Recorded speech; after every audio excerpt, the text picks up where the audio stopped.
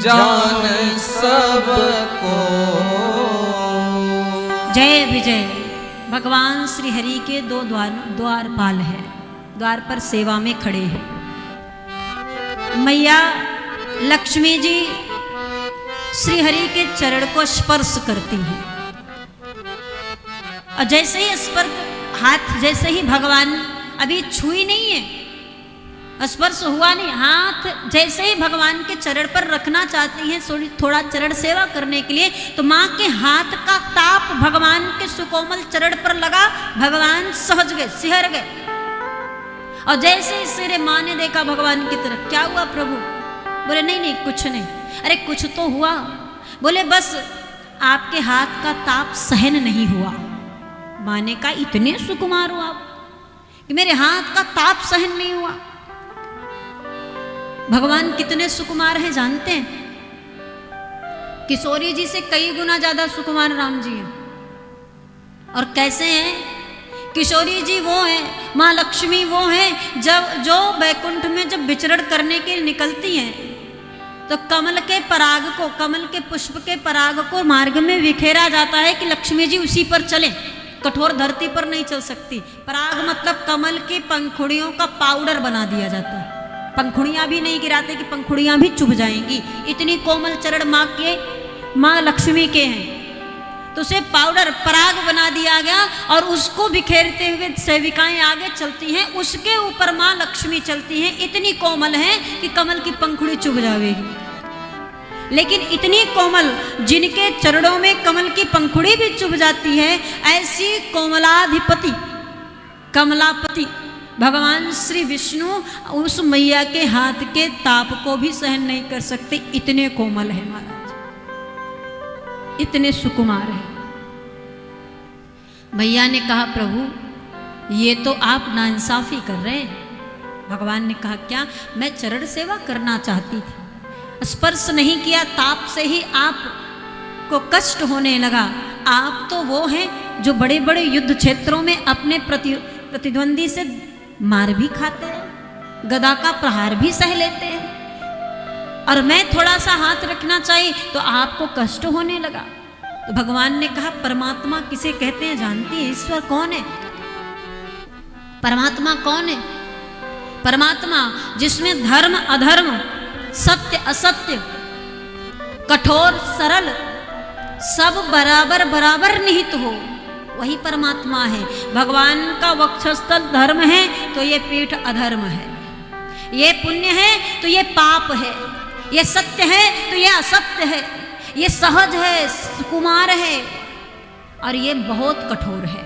भगवान ने कहा मेरे अंदर से ही दोनों का जन्म होता है, और ये दोनों की क्षमता को, इस समता को क्षमता के रूप में जो समाहित करके फिर निर्वाहन जीवन का करे, उसी को ईश्वर कहते हैं, उसी को परमात्मा कहते हैं।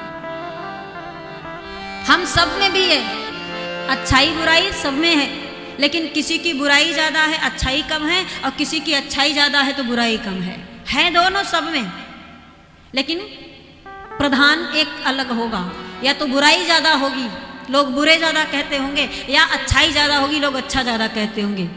लेकिन भगवान में सब बराबर, एक बराबर, सब में समता भाव रखने वाले, इसलिए वो ईश्वर हैं। हम सब नहीं कर सकते, और जो कर जावे वो सो ईश्वर। मैया ने कहा मैं नहीं मानती, जो सुकुमार हो वो कठोर कैसे हो सकता है?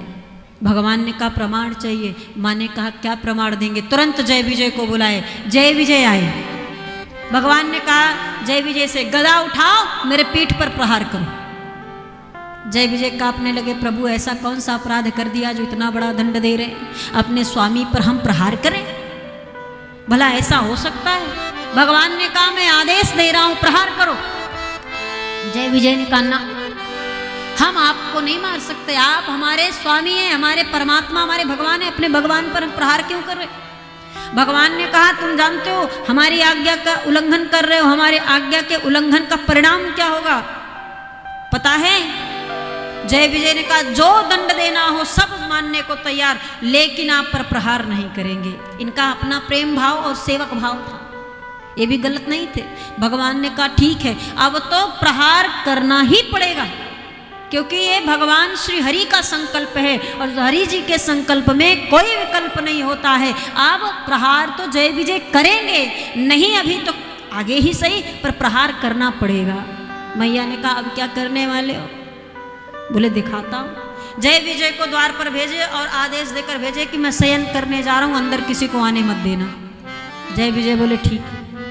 द्वार पर जय विजय खड़े हो गए और उसके बाद महाराज भगवान ने अपने चरणों की कृपा ब्रह्मा जी के मानस चार पुत्र सनत सनंदन सनातन सनत कुमार तक पहुँचाए, अपना ब्रह्मगंध पहुँचाए।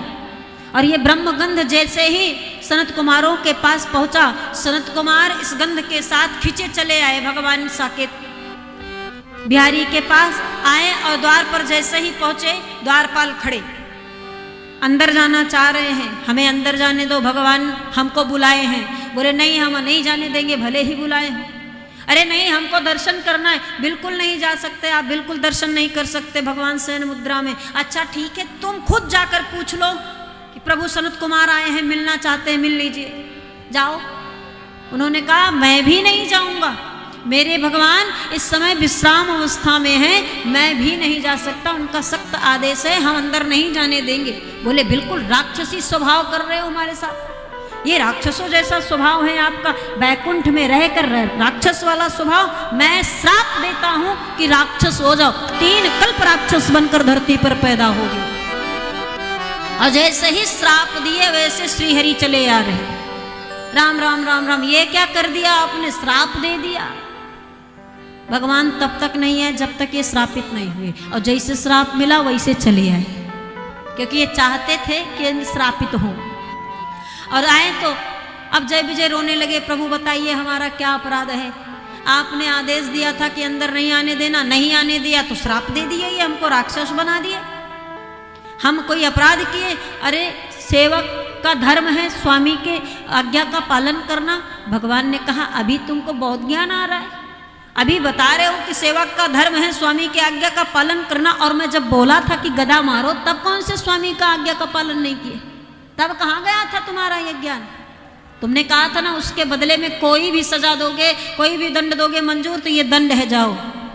हमारी आज्ञा का उल्लंघन किए थे, इस कारण से तुम श्रापित हुए हो। और सनत कुमारों से बोले कि ये हमारी सेवा में थे इसलिए श्रापित हुए, तो अब इनको मुक्त करने में खुद जाऊंगा। अब जय विजय को राक्षस रूप में जन्म लेना पड़ा 3 बार। पहली बार हिरणाक्ष हिरण्यकश्यप बनकर आए, दूसरी बार रावण कुंभकर्ण बनकर आए, और तीसरी बार शिशुपाल दंतवक्र बनकर आए। और इन्हें तारने, उद्धार करने, राक्षस योनि से मुक्त करने, वैकुंठ ले जाने के लिए परमात्मा 4 बार अवतरित हुए। भगत 3 बार, भगवान 4 बार। ऐसा उदार भगवान दूसरा कोई नहीं।